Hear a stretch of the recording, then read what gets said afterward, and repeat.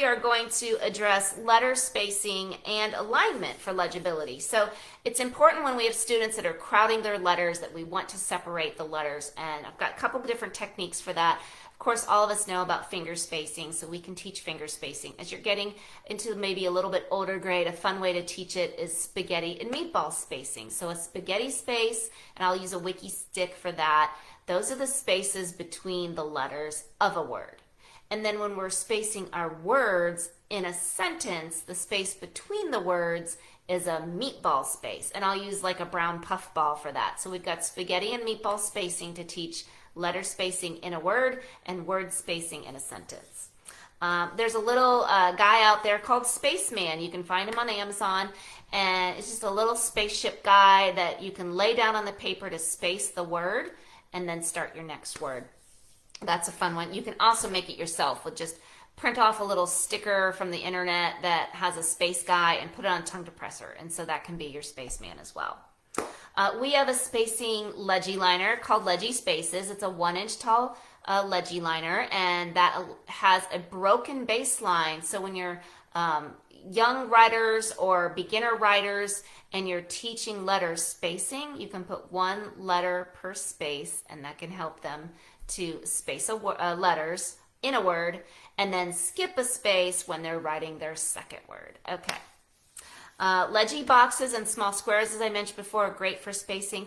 Also, Legi number lines. So we have a Legi number line that draws out the tick marks, but we found that using that with older students can help them to space their letters without feeling like they're using handwriting lines or boxes. We just quickly draw a number line.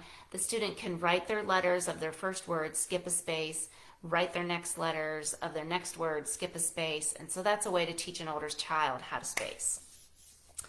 Graph paper is a good way just to practice some spacing as well.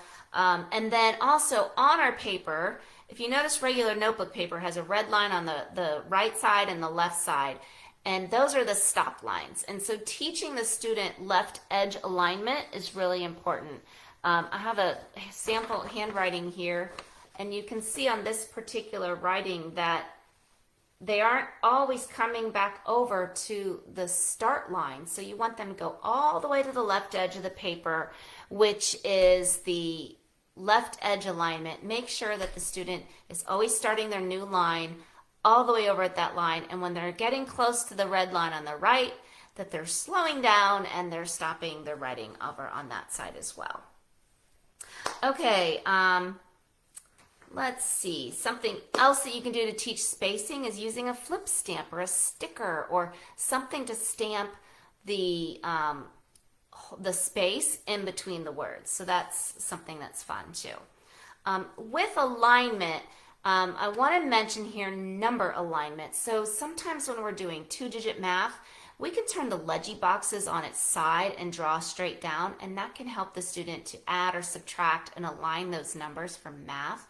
We also have a LegiLiner double liner, and that's got 2 straight lines. It's like a wide rule line, but now when you draw that line, turn it vertical, and you have 3 columns that you can teach the student how to line up 3-digit math, or you can still use it for 2-digit math, multiplication, division, but having those vertical lines will help the student to line up their numbers when they're doing long math.